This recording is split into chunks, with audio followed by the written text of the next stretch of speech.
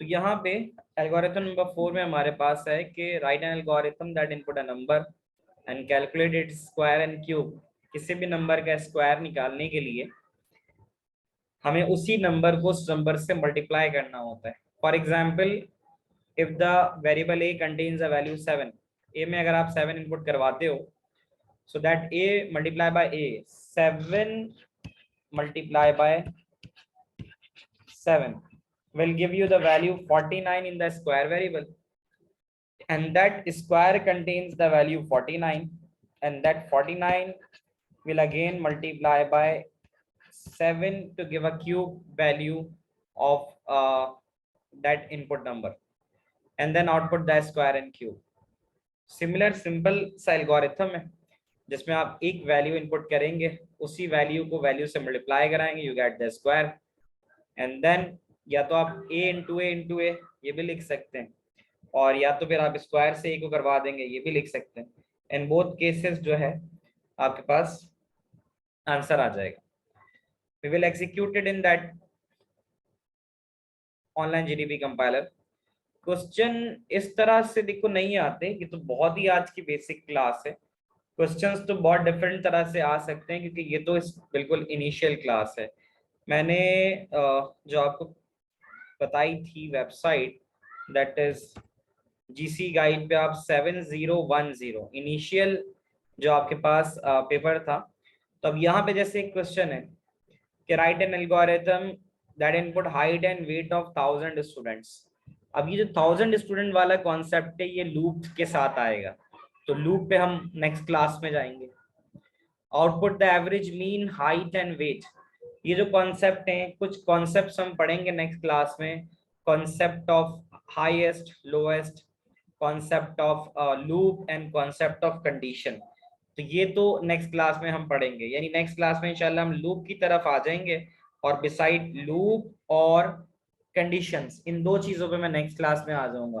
तो ये जब मैं कर लूंगा नेक्स्ट क्लास में, तो होपफुली शायद उस क्लास के बाद या फिर थर्ड क्लास के बाद आप ये सारे सवाल करने के लिए कैपेबल हो। तो यहाँ पे हम वापस आते हैं, we keep the same object for us. That object is input a number and calculate its square and cube. Input करेंगे एक नंबर और बताएंगे कि उसका स्क्वायर एंड क्यूब कैसे कैलकुलेट होगा। तो यहाँ पर हम इसको नई फाइल ले लेते हैं और स्क्वायर एंड क्यूब के नाम से इसको हम सेव कर देते हैं, स्क्वायर एंड क्यूब।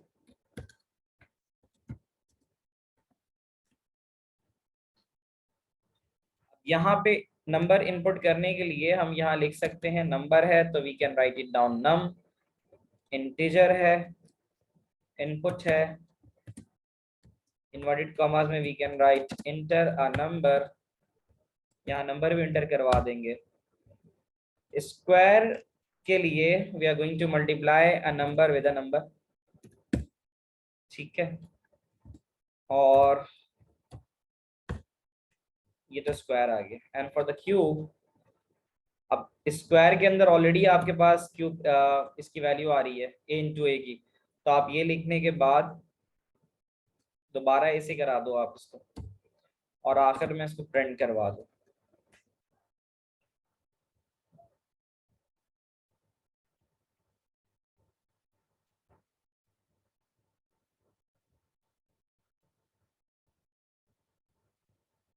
तो यहाँ पे अब हम इसको प्रिंट करवा देते हैं,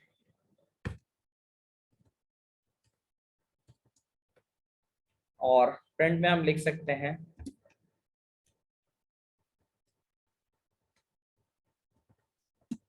square of a number. Square of a number जिस वेरिएबल में जा रहा है वो स्क्वायर ही है, इसके यू आर स्क्वायर है।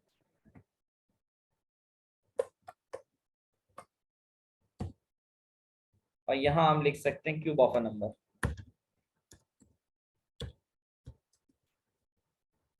क्यूब ऑफ अ नंबर, और for cube of a number हमारे पास जो वेरिएबल आएगा वो क्यूब आ जाएगा।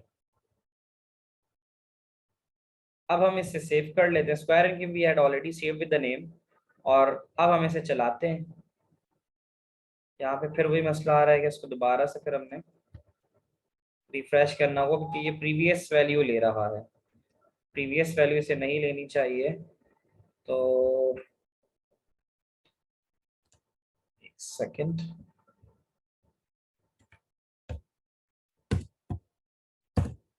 अच्छा जी, ये तो खत्म हो गया था ना, तो नेक्स्ट दोबारा से नए उस पर हमने करना होगा, इसको रिफ्रेश कर लेते हैं इसको।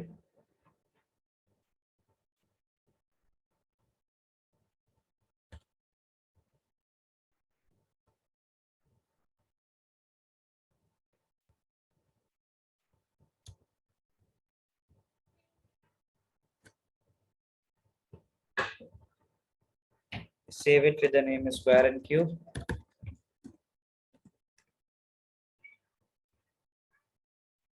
And then we execute the program. अब हमने यहाँ लिखा इंटर नंबर, नंबर इंटर करते हैं 7।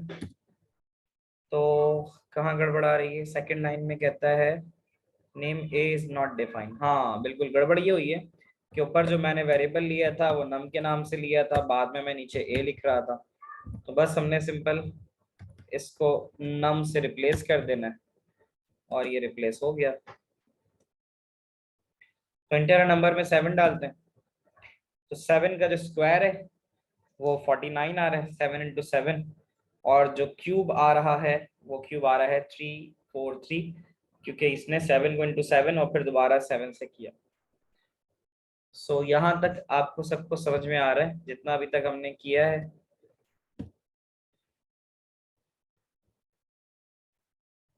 आई guess we did around 4 algorithms we are done with, जो बेसिक थे, जो 4 हमने देखे वो बेसिक एल्गोरिथम थे। तो क्या यहाँ तक प्रैक्टिस, तो इनिशियली यहाँ तक तो मैंने आपको करा दी ना इस तरह से। तो I will try to find out some similar type of questions जो ऐसे सिंपलर से हों, जिसमें कोई ज्यादा आपको खुद से तो इसमें सिमिलर होंगे। इसमें एक बुक है, अच्छी किताब थी, वो लेट अस सी के नाम से, लेट अस सी बाय यशवंत कैनेथर। इस वाली बुक में इसकी पीडीएफ में बहुत सारे क्वेश्चन हैं जो आपके ऑब्जेक्ट्स, यानी जो ऑब्जेक्ट्स होंगे अगर हम यहाँ देखें तो let's see, I will try to find out कि मुझे इसकी पीडीएफ मिल जाती है। तो इसमें आपके पास बहुत अच्छे क्वेश्चंस हैं जो आपकी लॉजिक बिल्डिंग के लिए काम आ सकते हैं। लॉजिक बिल्डिंग का मतलब है कि आप इसकी क्वेश्चंस देखोगे, आपको समझना पड़ेगा उसको कि क्वेश्चन में आपसे कह क्या रहा है। तो सिंपल सिंपल कैलकुलेशन है, जैसे आपसे कहेगा कि इनपुट कराओ, रेडियस करा दो तो उससे कोई वैल्यू निकालो, सर्कमफेरेंस फाइंड आउट कर लो। तो इसी के अंदर यहाँ पे लेट अस सी है ना, तो इसके इनिशियली इसकी जो एंड ऑफ चैप्टर एक्सरसाइज थी, चैप्टर नंबर 1 ये रहा। और चैप्टर नंबर 1 में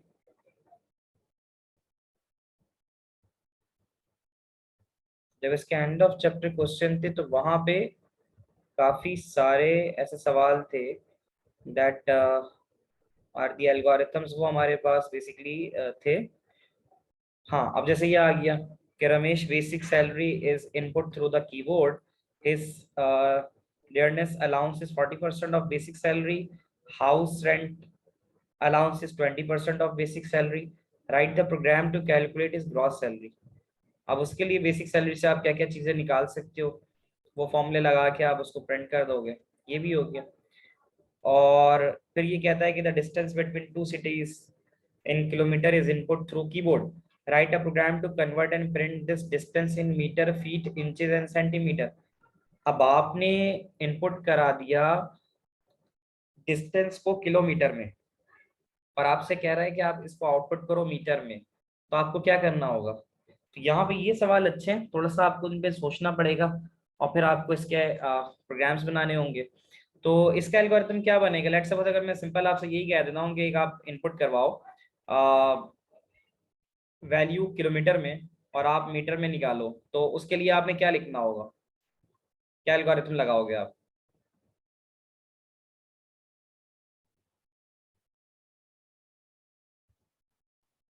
कन्वर्जन करेंगे, बिल्कुल कन्वर्जन ही करेंगे कि किलोमीटर में एक वैल्यू आ रही है और आपको मीटर में जाना है, तो आप क्या करोगे, इनपुट तो वैल्यू आपने डाल दी किलोमीटर में, मीटर में करने के लिए हमें क्या करना होगा उसको, बहुत सिंपल सी चीज है, आपको पता होना चाहिए 1 किलोमीटर कितने के बराबर होता है।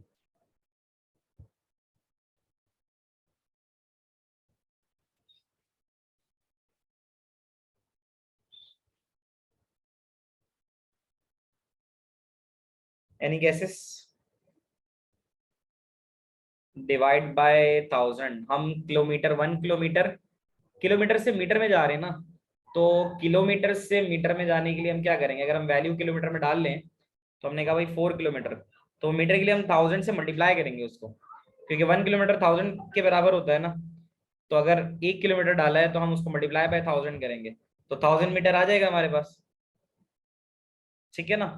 तो किलोमीटर से मीटर में जाने के लिए हमें 1000 से मल्टीप्लाई करना होगा, ये हो सकता है। इसके बाद काफी सारे इस तरह के क्वेश्चंस हैं जो आप कर सकते हो, जैसे आपसे कहा जाता है कि आप इनपुट करो मार्क्स 5 सब्जेक्ट्स के, और अपना सम बताओ 5 सब्जेक्ट का और परसेंटेज बताओ।